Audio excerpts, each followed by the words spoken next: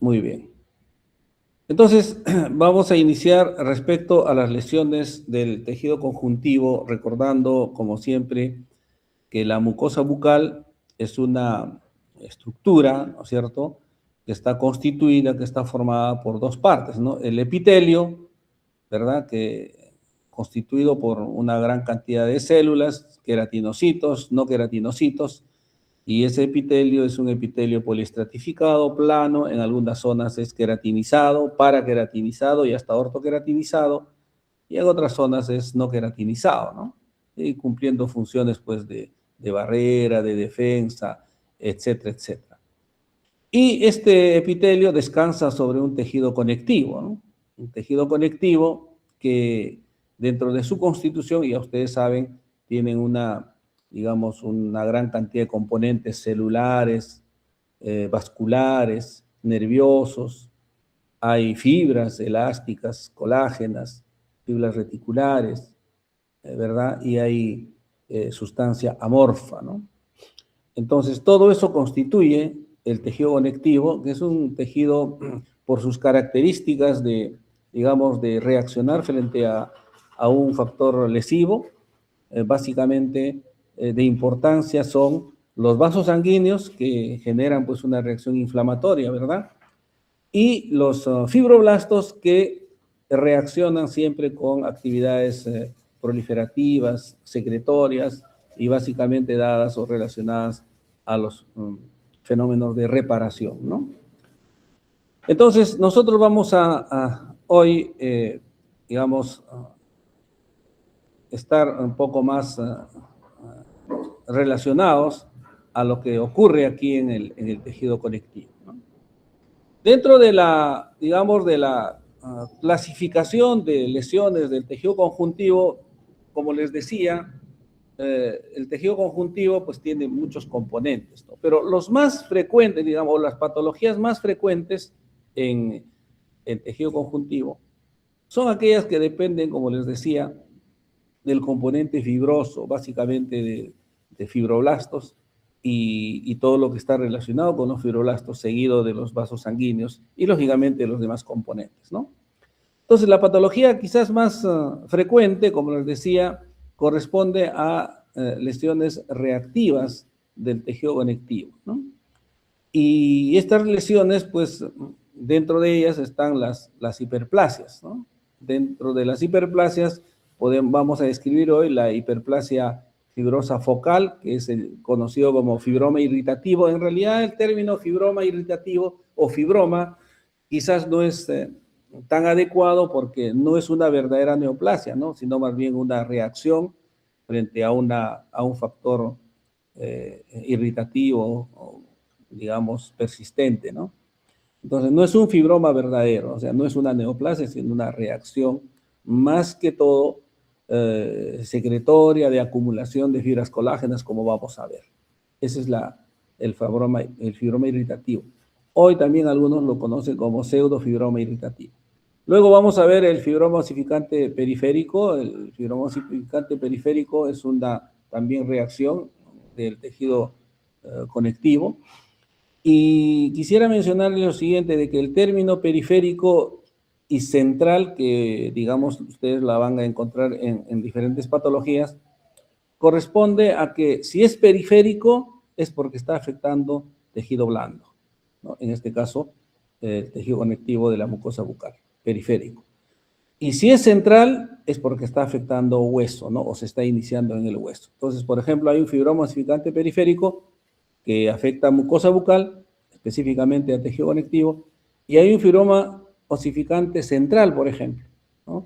Entonces, ¿qué quiere decir? Que tiene su inicio en hueso, ¿no? Eso es para poder un poquito aclarar. Luego tenemos el granuloma periférico de células gigantes. ¿Ven? Granuloma, quiere decir que hay un granuloma central de células gigantes.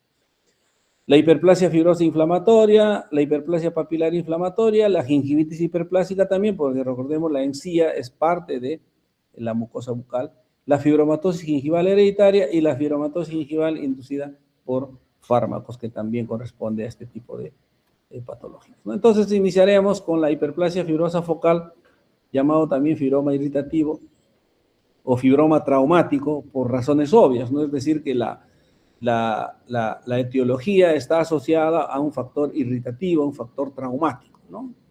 Como ustedes pueden observar aquí, por ejemplo, esta es la zona donde está la lesión, y esa lesión es, digamos, una respuesta, ¿no?, del tejido conectivo, básicamente del tejido fibroso, es decir, acumulación de tejido fibroso, de fibras colágenas, ¿verdad? En las zonas donde hay esa irritación, ese trauma continuo, persistente, de baja intensidad, ¿no? Entonces, hay lesiones en las cuales, por ejemplo, el paciente tiene esa costumbre de hacerse un mordisqueo, ¿no? Por ejemplo, hay una patología que se llama el mordiscatio labiorum, mordiscatio buccarum o mordiscatio linguorum, que son acciones que digamos, que se van a dar a nivel de esas zonas, y que esas zonas traumatizadas, ¿no?, ya que tiene baja intensidad, van a reaccionar acumulando fibras colágenas. Es una hipersecreción de colágeno y por lo tanto formación de fibras colágenas, ¿no?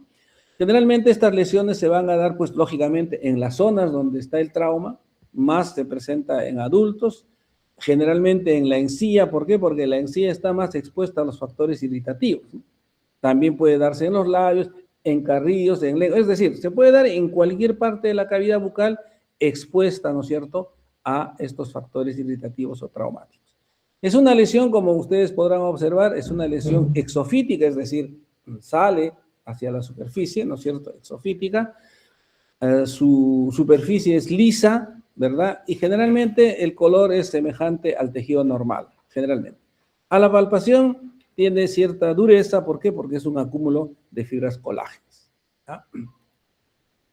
Histológicamente, esta lesión, como ustedes podrán observar, toda esta zona está compuesta, pues, por un acúmulo de fibras colágenas. Eso es, ¿no? Un acúmulo de fibras colágenas gruesas, entrelazadas, entremezcladas a manera de red. Eso es, en eso consiste, ¿no? Por eso les decía, este fibroma irritativo no es una verdadera neoplasia, ¿no?, sino más bien es una reacción del tejido, en este caso de los fibroblastos, que sintetizan mayor cantidad de colágeno y por lo tanto hay mayor acumulación, ¿no?, en toda esta zona de fibras colágenas, ¿no? Básicamente es fibras colágenas.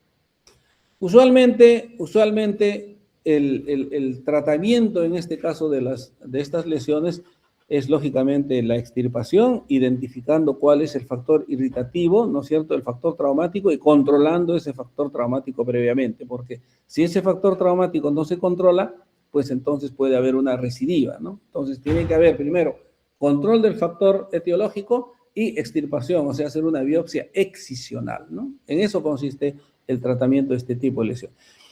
Se considera que estas lesiones son una de las lesiones más frecuentes de mucosa bucal, ¿no?, el llamado fibroma irritativo. Algunos lo llaman también, por eso, pseudofibroma irritativo. O sea, pseudofibroma quiere decir un falso fibroma, ¿no?, irritativo o traumático, ¿no?, generado por trauma. Ya ustedes van a observar bastante en pacientes, generalmente adultos, como les decía, y esas zonas están, pues, expuestas a factores irritantes, ¿no?, el mordisqueo, de repente una prótesis mal ajustada, de repente un borde filoso, etcétera. Siempre hay un factor que está generando esta reacción, ¿no? Otra de las lesiones es el granuloma periférico de células gigantes. Como les decía, el granuloma periférico de células gigantes, periférico, ¿por qué? Porque está en tejido blando, ¿no? Es una hiperplasia de igual manera conjuntival, en la que la característica principal, como ustedes pueden observar, es la presencia de células gigantes, ¿no?, es decir, de macrófagos gigantes, ¿no?, macrófagos multinucleados, junto, lógicamente, con tejido fibroso, fibroblastos, fibras colágenas, ¿no? Pero, básicamente, el granuloma periférico de células gigantes es una lesión proliferativa de tejido fibroso, ¿no es cierto?, dependiente de fibroblastos, en la que existe células gigantes multinucleadas, ¿no?, o sea, macrófagos gigantes. Desde el punto de vista clínico, ustedes pueden observar aquí en esta imagen, la imagen clínica, ¿no?, es una lesión también exofítica y de una coloración, ¿no?, un poco característica, un poquito más oscura, más azulada, ¿no es cierto?, y que se genera en esas zonas, ¿verdad?, normalmente donde no existen dientes, ¿no?, en áreas edéntulas, básicamente en crestas alveolares, ¿no?, zonas desdentadas. Por ejemplo, aquí en esta zona, ustedes pueden observar, se presenta en cualquier edad y la etiología es multifactorial, ¿no? Muchos factores que pueden generar este tipo de reacción, ¿no? Si están cerca a los dientes, como en este caso, usualmente a medida que va creciendo la lesión, va a haber también reabsorción ósea y eso va a generar movilidad de los dientes, ¿no? Esa es otra de las características, es decir, es un poquito más agresiva por la presencia de las células gigantes multinucleadas, como ustedes podrán observar, ¿no? Estas células son los macrófagos gigantes. Entonces, eso hace de que si están cerca a los dientes, es decir, en crestas alveolares, haya pues desplazamiento a veces del diente, movilidad del diente como característica de estas lesiones. ¿Cuál es la terapia, verdad? La terapia es primero identificar el factor. Como les decía, hay múltiples factores, desde factores irritativos, ¿verdad? Factores irritativos, de repente prótesis mal adaptadas, etc. Entonces, controlar ese factor y hacer, lógicamente, la extirpación de la lesión. Una vez controlado el factor y extirpado la lesión, lógicamente que esto tiene un pronóstico favorable. Si está asociado a dientes donde ya hay movilidad del diente, ¿no es cierto? Desplazamiento del diente, pues el diente también tiene que ser extraído, ¿no? Ese es el granuloma periférico de células gigantes. Otra de las lesiones conjuntivales, bastante frecuentes también, es la hiperplasia fibrosa inflamatoria, o conocido más como el épulis fisurado, ¿no? Como ustedes pueden observar, el épulis fisurado es la proliferación, la presencia, ¿no?, de lengüetas de tejido, ¿no es cierto?, a nivel de la mucosa oral, generalmente asociado ¿a qué? A uso de prótesis totales, sobre todo superiores. También hay inferiores, pero prótesis totales, ¿no? Y estas prótesis totales mal adaptadas. Esa es la prótesis, están mal adaptadas, tiene, digamos, zonas de presión. ¿Por qué? Porque de repente no se ha registrado muy bien, digamos, la impresión, no se ha hecho una buena impresión, no se ha elaborado correctamente la prótesis, y entonces hay zonas que presionan, ¿no?, que generan irritación, ¿no?, presión, trauma, ¿no? Claro, de baja intensidad, pero persistentes, entonces el tejido reacciona, ¿no es cierto?, generando, ¿ves?, toda esta proliferación, ¿no?, exofítica de estas lengüetas que parecen labios, ¿verdad? Lengüetas de tejido fibroso. De igual manera, aquí también nosotros vamos a observar tejido fibroso. Entonces, ¿cuál es en este caso la conducta a seguir? Pues primero, lógicamente, hacer una modificación, un cambio de repente de la prótesis, ¿verdad? Extirpar la lesión y realizar, pues, o colocar una nueva prótesis, ¿no? Entonces, cuando nosotros observamos este tipo de lesiones están asociadas a prótesis, ya sea totales o también parciales removibles, ¿no es cierto? Y esas zonas donde hay esta aparición son zonas de presión, son zonas de irritación, son zonas de trauma también de baja intensidad, ¿no? Entonces, histológicamente nosotros la vamos a ver también semejante a un fibroma irritativo, es decir, va a haber acumulación de fibras colágenas. Otra de las lesiones también que se presentan como una, digamos, una reacción del tejido conectivo es la hiperplasia gingival inducida por fármacos, ¿no? Esta hiperplasia gingival inducida por fármacos usualmente se va a dar en pacientes que usan ciertos fármacos, generalmente anticonvulsivantes como la fenitoína, inmunosupresores como la ciclosporina, o antihipertensivos, bloqueantes de canales de calcio como el nifedipino, ¿no? Pero que el uso no sea menor de 1 año, usualmente. O sea, no se puede, esto no se va a presentar, ahora, no se va a presentar tampoco en todos los pacientes, lógicamente, ¿no? Sino en pacientes que por lo menos usan estos fármacos durante por lo menos mínimo 1 año. Entonces, como ustedes verán, aquí se va a producir un crecimiento, ¿no es cierto?, de la encía, miren, de las papilas, pero generalizada, claro, porque el fármaco tiene una acción lógicamente sistémica, ¿no? Entonces, se produce una proliferación generalizada de la encía, especialmente a nivel de las papilas, ¿no? A veces también puede haber formación de pseudobolsillos, y este tejido que va, digamos, a acumularse ahí es tejido fibroso, hay fibras colágenas, y también acompañado de infiltrado inflamatorio.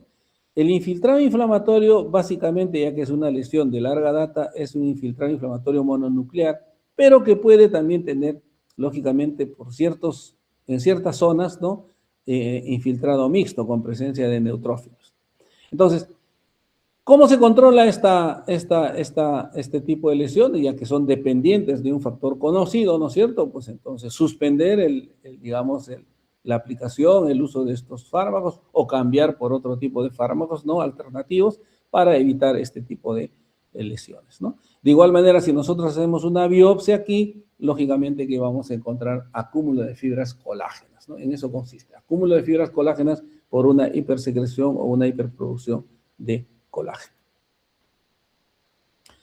Bien, y como les decía, también a nivel del tejido conectivo se encuentra gran cantidad de fibras, de vasos sanguíneos, ¿no? También hay vasos linfáticos, hay nervios, etc. Y otra de las lesiones con cierta frecuencia, digamos, así como el fibroma traumático que hemos visto, corresponde pues a esta hiperplasia conjuntival dependiente de proliferación de vasos sanguíneos básicamente, junto con tejido de granulación, conocido como granuloma piógeno. Muchos dicen, y en la literatura también está escrita, de que el término en realidad no es correcto, quizás no es pertinente, ¿no? Piógeno significa, ¿no?, generador de pus o pus. En realidad no existe pus, no hay necrosis liquefactiva, no es una reacción producida por factor infeccioso, por microorganismos, no, más bien es una reacción hiperplásica, ¿no? Es una actividad reactiva de proliferación por otro tipo de estímulos, ¿no? Estímulos irritativos, porque la causa del granuloma piogénico está, digamos, agrupada en dos grupos, ¿no? Hay causas locales, que son factores irritativos. Por ejemplo, en cavidad bucal tenemos muchos irritantes, ¿no? Placa bacteriana, cálculos, obturaciones desbordantes, el mismo cepillado a veces que puede ejercer una presión, ¿no es cierto?, una fricción. Eso, el cepillado, por el tipo de cepillo de cerdas muy duras, por ejemplo, hay pacientes que pues se cepillan con demasiada fuerza, también puede ser un factor irritativo que genere esta reacción. De igual manera, prótesis mal adaptadas, de repente ganchos de ciertas prótesis que hacen contacto con el tejido blando, ¿no? Usualmente también la zona de mayor presentación del granuloma piogénico es la encía, pero se puede presentar en cualquier parte, se puede presentar en cualquier zona de la mucosa bucal, ¿no? Y otro de los factores es el factor sistémico, el factor hormonal, ¿no? Los estrógenos y la progesterona están asociados a esta reacción hiperplástica vascular en los tejidos a nivel de mucosa bucal. Por ejemplo, en las púberes, en las mujeres púberes, hay una reacción de este tipo en la mucosa bucal y se denomina granuloma de la pubertad. O sea, la granuloma de la pubertad es un granuloma piogénico, ¿no?, en el cual el factor, digamos, que estimula al crecimiento de la encía y de los vasos sanguíneos es los estrógenos y la progesterona. ¿Por qué? Porque ustedes saben que en la pubertad hay elevación de los niveles de estrógeno y progesterona, ¿no?, por razones fisiológicas. De igual manera ocurre en el embarazo, ¿no? Las mujeres embarazadas, de igual manera, ustedes saben que hay una elevación de los niveles de progesterona, y esto también hace de que se genere en algunas mujeres, lógicamente, este tipo de lesiones, conocidas como granulomas del embarazo, ¿no?, o granuloma gravídico, que es el mismo granuloma piogénico, pero que se está dando en la embarazada y que en este caso, lógicamente, que está asociada más a un factor sistémico de tipo hormonal, ¿no? Entonces, cuando hablamos de este tipo de lesiones, estamos hablando de lesiones que están, digamos, generadas por estos dos grupos, ¿no?, de factores, ¿no? Factores irritantes locales, como les he dicho, ¿no?, y los factores sistémicos hormonales, estrógenos y progesterona. Claro que en las mujeres, y sobre todo púberes y embarazadas, será el factor hormonal el que más prevalezca, ¿no? En cambio, en el resto de la población, varones o mujeres también, lo que más prevalece, lógicamente, son los factores irritativos locales, ¿no? Básicamente, estos irritantes, que pueden ser químicos, físicos, etcétera, que actúan sobre el tejido, en este caso de la mucosa bucal, ¿no?, para que se genere esta reacción. Cuando hablamos nosotros de granuloma piogénico, el granuloma piogénico tiene esta característica, ¿no?, clínicamente. Es una lesión exofítica, ¿no?, digamos, de superficie con una coloración, como ustedes pueden observar aquí en esta imagen de la izquierda, que está señalando el puntero verde, de una coloración blanco-amarillenta, ¿no?, su superficie. En los primeros casos, cuando se describió por primera vez, pensaron de que esto correspondía a pus, ¿no? Pero en realidad no es pus, como ya les he dicho, no es una infección, sino que esto es una zona de ulceración, y cuando la zona de ulceración, como el factor irritativo es, digamos, de baja intensidad, lo que va a generar es una formación de una capa de fibrina, ¿no? Esta es la fibrina, no es pus, es la fibrina. Y como ustedes verán, es una lesión que la base puede ser la base pediculada, o sea, puede tener un tallito, ¿no es cierto?, y luego crecer, o la base también puede ser ancha, como ustedes pueden ver acá, una base sésil, ¿no es cierto?, pero sí es exofítica, ¿no? Miren, de diferentes colores, ¿no? ¿Por qué? Porque aquí va a haber, pues, por ejemplo, esta coloración rojiza porque hay gran cantidad de vasos sanguíneos, ¿no? Entonces va a haber la tendencia, si es que se incide, si es que se lacera, ¿no es cierto?, el tejido, de una, digamos, hemorragia, ¿no? Debido a la proliferación de gran cantidad de vasos sanguíneos. Y como les decía, se puede presentar en cualquier parte de la mucosa bucal. Generalmente está en la zona más expuestas a la irritación, encías, ¿no? Pero también se puede dar en cualquier sitio, como ustedes ven aquí en el borde de la lengua, ¿no es cierto? Aquí en el labio, ¿verdad? ¿No? Miren aquí en la parte interna de la, ¿no es cierto?, de la, en este caso de los dientes, en la zona, ¿no?, palatina, y pueden observar aquí que esto probablemente está asociado, por ejemplo, a placa bacteriana o a cálculo dental, ¿no? ¿Ven?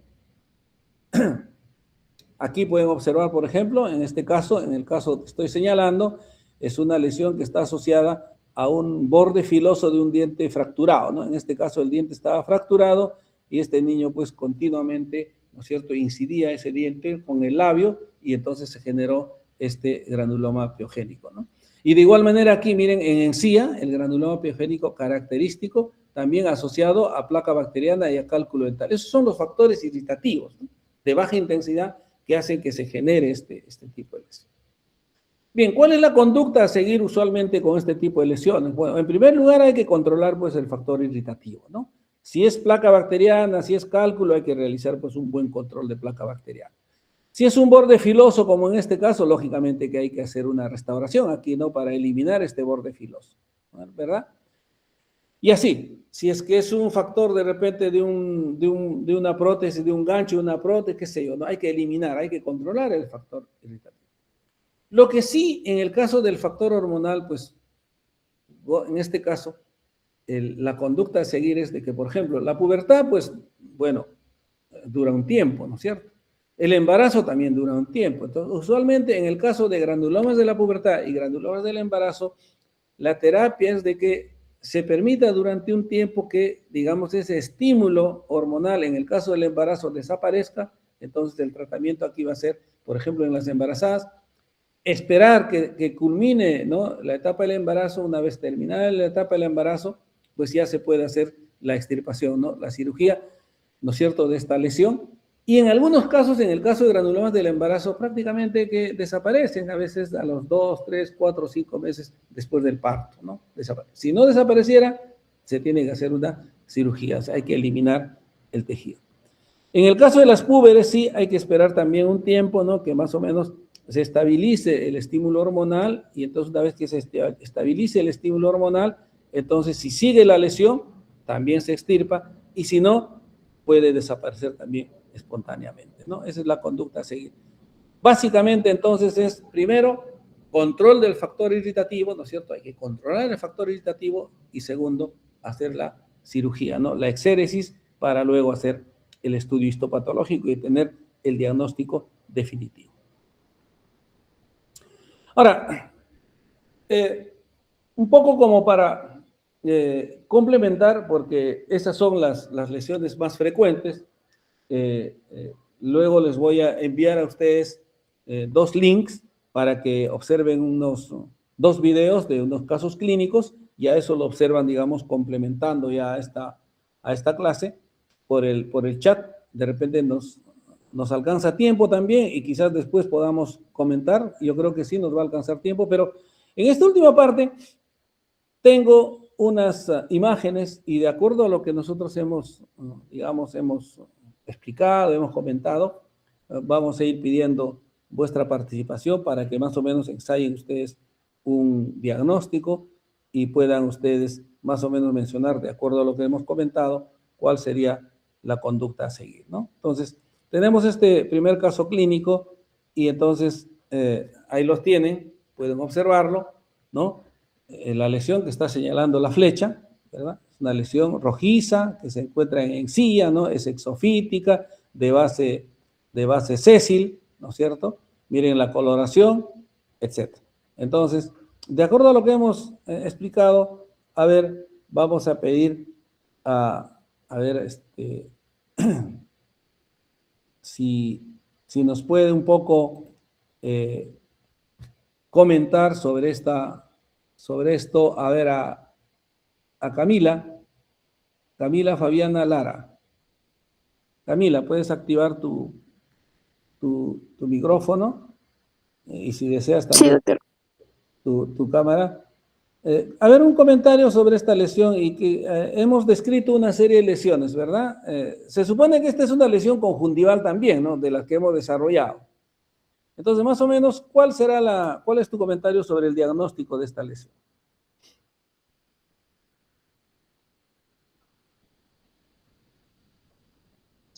Eh, Podría ser un hemangioma.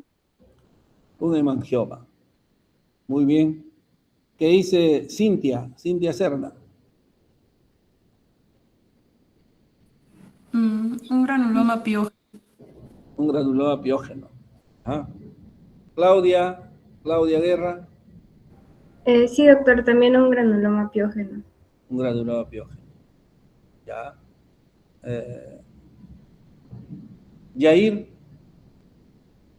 Malaquías, Buen día, doctor. También hola, estoy aquí con mis compañeras. Un granuloma, doctor. un granuloma. Ya. ¿Alguien más tiene alguna otra idea? Profesor, ¿podría ser una hiperplasia fibrosa focal? A ver, Gabriel, muy bien. Hiperplasia fibrosa. Muy bien, hiperplasia fibrosa. Ya. Podría ser. Muy bien, ¿alguien más? ¿Otro comentario? Bien, ¿Podría entonces ser vamos a también un fibroma odontogénico fibroma ontogénico. Ya. periférico? Ya, Paredes. Fibroma odontogénico, dices, ¿no? Fibroma odontogénico periférico. Fibroma ontogénico periférico. Fibroma ontogénico periférico. Ya, listo. Tenemos 4 diagnósticos presuntivos. Miren qué interesante, ¿no? El diagnóstico presuntivo es eso, ¿no? Es una presunción no diagnóstica, pero basada lógicamente en diferentes datos. Claro, aquí en este caso el dato es solamente clínico, ¿no? Pero recordemos nosotros que los datos nosotros los recopilamos pues a través de la historia clínica, el interrogatorio, el examen clínico, exámenes auxiliares, etcétera, etcétera, ¿no? Pero un poco como que diríamos que tenemos pocos datos, ¿no? Pero estamos ensayando de acuerdo a las características que hemos mencionado. Para empezar, es una lesión conjuntival, ¿no? Una lesión conjuntival. Entonces, vamos a ir analizando y luego daremos el diagnóstico, en este caso presuntivo también, pero claro, yo tengo el diagnóstico definitivo. Bien, quiero mencionarles de que en alguna literatura ustedes van a encontrar en el tema digamos, lesiones conjuntivales, una patología que se denomina hemangioma telangiectásico, así le llaman, hemangioma telangiectásico. ¿Y por qué? Porque está constituido por una proliferación de vasos sanguíneos, básicamente capilares, ¿no? Y claro, si es una proliferación de capilares, pues lógicamente ya ustedes se imaginarán cuál es la coloración que va a adoptar, ¿no es cierto?, esta lesión. Cuando mencionó el primer diagnóstico, ¿no?, hemangioma, los hemangiomas básicamente como neoplasias, porque son neoplasias, algunos lo llaman también amartomas porque no son verdaderas neoplasias, pero están consideradas dentro de la neoplasia, ¿no? Hay 2 tipos de hemangiomas, el hemangioma capilar y el hemangioma cavernoso. El hemangioma capilar es una proliferación de vasos, ¿no?, de capilares arteriales, ¿no? Y es cierto que también así se puede observar así, de ese color, quizás un poquito más rojo inclusive, ¿no? Y el hemangioma cavernoso, que es presencia, proliferación de vénulas dilatadas y que contienen sangre venosa. O sea, el hemangioma capilar contiene sangre arterial y el hemangioma cavernoso, sangre venosa. Entonces, la coloración va a ser distinta. ¿No? La coloración va a ser distinta. Es decir, en el hemangioma capilar es rojizo y quizá un poco más rojo de esta lesión, y el hemangioma cavernoso más bien es un poquito azulado. Pero hay un examen clínico que a nosotros nos va, digamos, de alguna manera a orientar, que es la vitropresión, ¿no? O diascopía. Si nosotros presionamos con esta lámina de vidrio sobre la lesión y al momento de presionar, ¿no? Cambia de color y cuando descomprimimos vuelve a su color, entonces ahí estamos asociándolo a una lesión vascular. O sea, que la lesión es de vasos sanguíneos, puede ser hemangioma capilar o hemangioma cavernoso, pero ya el color a nosotros nos va a ir orientando. Entonces, el que dijo hemangioma, en este caso, es cierto que a los granulomas piógenos, también en una segunda oportunidad dijeron que es un granuloma piógeno, a los granulomas piógenos también, ¿no? En algunos artículos he leído que le denominan hemangioma telangiectásico. ¿Por qué? Porque en el hemangioma, en el granuloma piogénico hay proliferación de vasos sanguíneos, ¿no? Y tejido, lógicamente, de granulación, ¿no? Entonces, pero hay proliferación de vasos sanguíneos. La coloración, es cierto que cuando el granuloma piogénico es reciente, ¿no? Cuando es reciente, tiene esta coloración, ¿no? Pero a medida que avance el tiempo, si es que no es tratado, la coloración un poquito que va a ir haciéndose un poco rosada, un poquito más clara, ¿no? Casi semejante al tejido, ¿correcto? Por eso que es importante, como les decía, los datos previos, ¿no? Los datos previos. Ahora, respecto al tercer diagnóstico que alguien dijo, había otra patología que mencionó, sobre fibroma, ¿verdad? Sobre un fibroma. Bien, usualmente los fibromas, o sea, todo lo que es fibroma, ustedes han podido observar, generalmente tiene una coloración poco más pálida, ¿no? Hemos visto el fibroma irritativo, por ejemplo. El fibroma irritativo es de una coloración semejante inclusive del tejido normal, ¿no? No es así rojizo.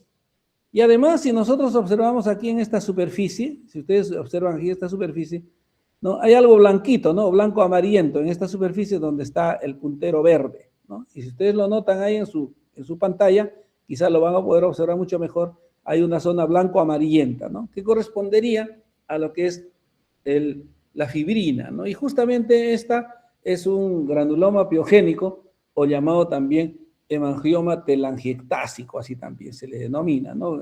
Es la otra nomenclatura. Y la zona está también relacionada, ¿no? A la zona de mayor presentación, la zona de la encía, ¿no es cierto? Expuesta, lógicamente, a estos factores irritativos, ¿no? Factores irritativos que se encuentran más, digamos, asociados, de baja intensidad, asociados a este tipo de patología, ¿no? Y como les había mencionado, la inserción, en este caso, es una inserción sésil, ¿no? Es de inserción de base ancha. Claro, que también cumple con la característica de hemangioma o de granuloma piogénico, ¿no? Entonces, este es un granuloma piogénico, ¿no es cierto? Ya hecho la biopsia, se diagnostica como hemangioma piogénico, pero el hecho de hacer un ejercicio de diagnóstico presuntivo es válido. Lo que ustedes han dado como diagnóstico presuntivo, los 4 diagnósticos presuntivos son válidos, ¿no? Entonces, lo que aquí tendríamos que acompañar, ¿no es cierto?, para hacer un diagnóstico definitivo sería, pues, el estudio histopatológico. Con eso sí, seguramente daríamos nosotros el diagnóstico definitivo, ¿no? Entonces, de eso se trata. El diagnóstico presuntivo es eso, es una presunción, pero no se olviden, basado en una información, ¿no? Información que nosotros tenemos que recopilar mediante el interrogatorio y también a través del examen clínico y, lógicamente, para definir la biopsia, básicamente. Muy bien. Y una segunda y última, me parece. Bueno, esta. A ver. Es una lesión, como ustedes ven, en carrillos. ¿Ven? Carrillo. Miren la coloración de la lesión. Miren los dientes, miren los dientes superiores, los dientes inferiores, miren más o menos en carrillo y listo. ¿Cuál sería el diagnóstico presuntivo? A ver, vamos a preguntar a Michelle Prado. ¿Cuál sería su diagnóstico presuntivo? Michelle, ¿estás? ¿Me escuchan? Sí, doctor. A ver, señorita, ¿cuál es su diagnóstico presuntivo? Noelia Tarrillo, Podría ser un fibromo. un fibroma irritativo. Se supone, Claro. porque eso hemos hecho. Ya. Valeria Chipana, Sí, doctor. ¿cuál sería su diagnóstico presuntivo?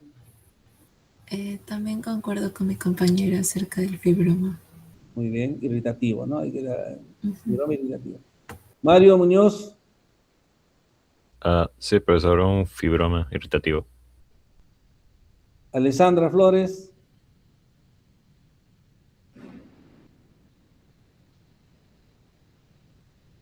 ¿se encuentra? Gabriel Fernando Flores Sí, también, un fibroma irritativo. fibroma irritativo. Muy bien, creo que estamos coincidiendo. No sé si alguien tenga otra. Gárate, Eric. Igual, doctor, Muy fibroma irritativo. Irritativo. Muy bien, creo que todos estamos de acuerdo, ¿verdad? Entonces, aquí sí, miren, se puede observar de que esta lesión, ¿no es cierto?, tiene la coloración semejante, miren, o inclusive un poquito más pálida, ¿verdad?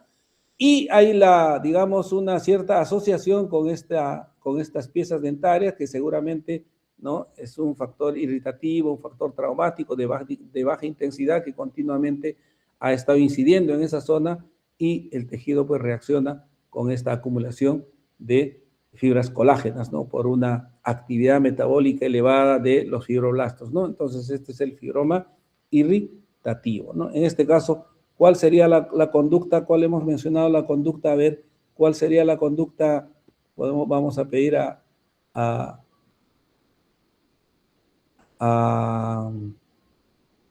Greta Romero.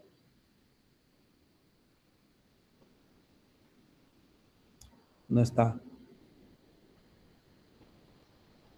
José Alberto Villanueva. Doctor presente. A ver, ¿cuál sería la conducta en este caso? ¿Cuál hemos dicho que la conducta a seguir en este tipo de casos? En el caso del fibroma irritativo, Acá, claro, en este caso, pues en este caso, ¿cuál sería la conducta? eh, la biopsia excisional Ya, y y, nada más. y poder retirar la estructura. Y controlar el agente causal. ¿Cuál es el agente causal acá? ¿Cuál podría ser el agente causal más cercano? Generalmente es por un contacto traumático. Claro. Puede ser como aparato ortodóntico o la resina quizá. No, pero en este caso, Parece que se muerde el carrillo. claro, por supuesto, se nota, ¿no? Miren acá, inclusive tiene una restauración temporal, es probable de que aquí este borde esté incidiendo, ¿no? Hay que controlar todo eso, ¿no? Entonces, eso básicamente en eso consiste, ¿no? Porque si no controlamos nosotros el factor irritativo y solo hacemos la biopsia excisional, es probable de que va a existir una recidiva, ¿no? Y las recidivas, lógicamente, son mucho más agresivas, ¿ya? Muy bien. A ver, ¿qué dicen sobre este diagnóstico? ¿Alguien puede decirnos cuál es su diagnóstico presuntivo?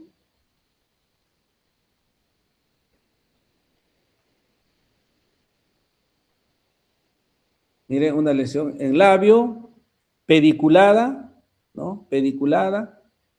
Miren, aquí tiene la superficie blanco-amarillenta, ¿no? Y aquí lo que de repente nos hace pensar un poquito es que es un poco oscuro, ¿no? En una zona un poco más azulada, pero tiene un borde blanco-amarillento. ¿Cuál sería el diagnóstico presuntivo? A ver qué nos dice Valerie, la delegada.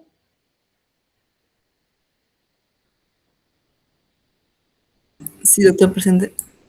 Hola Valerie, ¿cuál es tu diagnóstico presuntivo?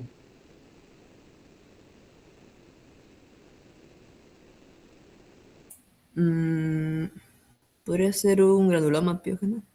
Ya, granuloma piógeno. ¿Qué dice Fiorella Ibarra? Sí, doctor, granuloma periférico de células gigantes por la cólera. Granuloma periférico de células gigantes, ¿no? Miren, qué interesante digamos, el diagnóstico cuando Ibarra nos dice granuloma periférico de células gigantes, un poco orientada por la coloración, quizás más, ¿no es cierto, Fiorella? Sí, doctor, por eso. Claro. Y no hay que olvidarnos de que anteriormente hemos mencionado cuando describimos, generalmente esto se presenta, ¿no? Hemos dicho, en zonas o en áreas edéntulas, ¿no? En rebordes alveolares, dijimos, el granuloma periférico de células gigantes, ¿no?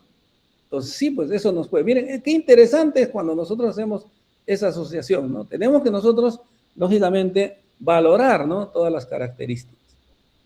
Sí, esta lesión, desde el punto de vista clínico, vino con estos dos diagnósticos, granuloma de células gigantes y granuloma piogénico. La biopsia es, como siempre, pues, ¿no? La que determina. El diagnóstico es de granuloma piogénico, porque parece, lógicamente, un granuloma de células gigantes. El diagnóstico definitivo fue de granuloma piogénico, ¿ya? Y finalmente, esta lesión, ¿qué les parece? A ver, Yair Malaquías. Josué Velázquez.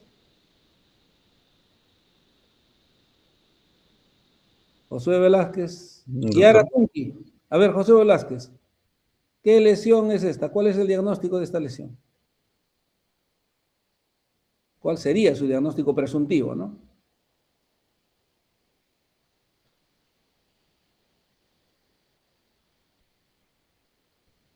No, no lo sé, doctor. No puedo reconocerlo. No lo puedo reconocer. Ya. Kiara Tunki. Ahí está la lesión acá. ¿O alguien tiene alguna idea? ¿Puede ayudarnos? A ver. Doctor, ¿sería una hiperplasia fibrosa inflamatoria? Claro, ¿no? Este es un épulis, pues, ¿no es cierto? Mira, primero que hemos dicho, edéntulos, ¿no? Portadores de prótesis. Puede ser una prótesis removible, en este caso es una prótesis total, ¿no? ¿Ven? De eso se trata. Eso es exactamente. Gracias, señorita Guerra. Muy bien. Listo. Hemos finalizado. Voy a poner al Classroom los links de 2 videos y de 2 actividades de retroalimentación. Muy bien, estamos finalizando. No sé si hay alguna pregunta, por favor, antes de cerrar. ¿Alguna pregunta? Profesor, sí, no me quedó claro porque la biopsia arrojó que es granuloma piógeno, sí, clínicamente podría confundirse con lo que es. Sí. Sí. Lo que pasa es de que, Fiorella, la biopsia es el gold estándar en el diagnóstico de lesiones, en este caso proliferativas, ya sea hiperplásicas, lesiones reactivas, etc., ¿no? La biopsia es la que... Clínicamente muchas lesiones se parecen, pues. Y desde el punto de vista del diagnóstico presuntivo nosotros podemos presumir, ¿no? Pero esa presunción es en base a ciertos datos, como te decía. En el caso de que, por ejemplo, tú mencionaste que era un granuloma de células gigantes, es porque te llevaste de repente por el color. Puede ser. El diagnóstico presuntivo es eso, ¿no? Es una presunción. Hay que descartar. La biopsia es una sola. Entonces, en la biopsia, ¿no? En la biopsia no existen células gigantes, más bien hay vasos sanguíneos, tejido de granulación y fibrina, ¿no? Y es por eso que el diagnóstico es de granuloma piogénico. Ahora, no quiere decir de que si yo hago un diagnóstico presuntivo, digamos que no está cercano o no es al que corresponde, no quiere decir que esté mal, ¿no? En definitiva, ¿qué cosa es lo que vale? el diagnóstico definitivo. Si tú vas a tener un paciente de ese tipo, Fiorella, y bueno, tu diagnóstico presuntivo va a ser granuloma, granuloma periférico de células gigantes. Haces la biopsia y viene el informe y te dice que es granuloma piogénico, listo, se quedó. Ese es el diagnóstico definitivo, ¿no es cierto? Entonces, de eso se trata. Entonces, clínicamente, el diagnóstico presuntivo, ¿no? Para que uno se acerque más, requerirá pues de una gran cantidad de datos, o sea, manejar datos. Y de eso se trata, estimados estudiantes. Cuanto más datos ustedes recopilen, van a tener una mejor base para poder hacer un diagnóstico presuntivo, ¿no? Entonces, eso del ojo clínico, ¿no es cierto?, se basa no en una suposición, no en una, digamos, en que yo voy a adivinar, no es una adivinanza, ¿no?, sino que el ojo clínico se basa en el manejo de una gran cantidad de información y también de la experiencia, lógicamente. Ambas cosas van de la mano, ¿no? Entonces, cuanto más casos clínicos ustedes manejen, cuanto más información ustedes tengan actualizada, etcétera, van a tener mejores armas para poder hacer un diagnóstico presuntivo mucho más cercano al diagnóstico real, ¿correcto? Pero sigue siendo un diagnóstico presuntivo, ¿correcto? ¿Alguna otra pregunta más? Listo, muy bien, voy a... Disculpe, sí. entonces se tendría que incluir en lo que es el informe un diagnóstico diferencial e incluir qué otras patologías podrían... Claro, o sea, el caso, yo solamente les he presentado para que ustedes den un diagnóstico presuntivo en base a la imagen, ¿no? Nada más en base a la imagen. Cuando tú diste tu diagnóstico, no te dije que estaba mal, ¿no? Cuando dieron los 4 diagnósticos anteriores en una de las patologías, no le dije que estaba mal, no. Entonces, para poder, digamos, hacer un diagnóstico, quizás se tendría que darle toda la información, ¿no? Toda la información, ¿no? Inclusive el estudio o las imágenes histopatológicas, ¿no? Si ustedes tuviesen las imágenes histopatológicas, si hay radiografías, toda su historia, ¿no?, toda su anamnesis, etcétera, etcétera, toda esa información, con todo eso sí, nosotros podemos de repente llegar a un diagnóstico definitivo, si es que tenemos lógicamente el examen auxiliar correspondiente, ¿no? En este caso, si tenemos la biopsia, eso a nosotros nos define nuestro diagnóstico. Bien, ¿alguna otra pregunta más? Voy a entonces detener la grabación para poder finalizar